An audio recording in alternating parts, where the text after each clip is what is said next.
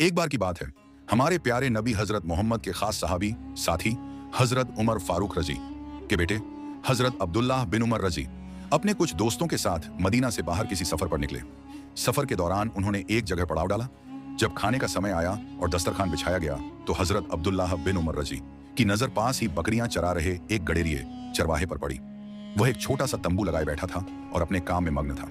हजरत अब्दुल्लाह बिन उमर रजी ने उसे प्यार से आवाज दी और कहा, ए भाई, आओ हमारे साथ बैठो और कुछ खा लो। चरवाहे ने विनम्रता से जवाब दिया, हुजूर मैं रोजे से हूँ। हजरत अब्दुल्लाह बिन उमर रजी को हैरानी हुई और उन्होंने कहा, इतनी गर्मी में धूप और लू के बीच तुम पहाड़ों में बकरियां भी चरा रहे हो और ऊपर से रोजा भी रखे हुए हो, इतनी मुश्किल कैसे झेलते हो? चरवाहे ने कहा, मैं इस दुनिया में उस दिन की तैयारी कर रहा हूँ जब कुछ करने का मौका नहीं मिलेगा, यानी मौत के बाद का दिन। ये सुनकर हजरत अब्दुल्लाह बिन उमर रजी बहुत प्रभावित हुए और उन्होंने उसकी ईमानदारी और अल्लाह से डर तकवा को परखने की सोची। उन्होंने चरवाहे से कहा, क्या तुम हमें अपनी रेवड़ में से एक बकरी बेच सकते हो? हम तुम्हें अच्छा दाम देंगे और तुम्हारे रोजे के लिए गोश्त भी मिल जाएगा। चरवाहे ने फौरन और पूरे यकीन के साथ जवाब दिया, ये बकरियां मेरी नहीं हैं, मैं तो बस इनका रखवाला हूँ। असली मालिक मेरा आका है, उसकी इजाजत के बिना मैं एक भी बकरी नहीं बेच सकता।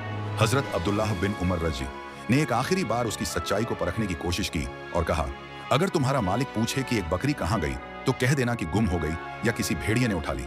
ऐसा तो अक्सर हो ही जाता है, उसे शक भी नहीं होगा, सबका फायदा हो जाएगा। चरवाहे ने यह बात सुनी और थोड़ी दूरी पर चला गया। उसने अपने जानवरों की तरफ देखा, फिर आसमान की तरफ उंगली उठाई और बार बार कहा, फैन अल्लाह, फैन अल्लाह, मतलब अल्लाह कहाँ है, अल्लाह कहाँ है। यानी अगर मैं इंसानों से झूठ बोलकर बच भी जाऊं तो क्या उस अल्लाह से भी छुप जाऊंगा जो हर चीज देख रहा है?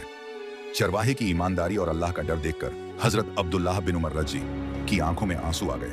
उन्होंने अपने साथियों से कहा, इस दुनिया में ऐसे लोग भी हैं जिनके दिलों में अल्लाह का असली खौफ, डर है।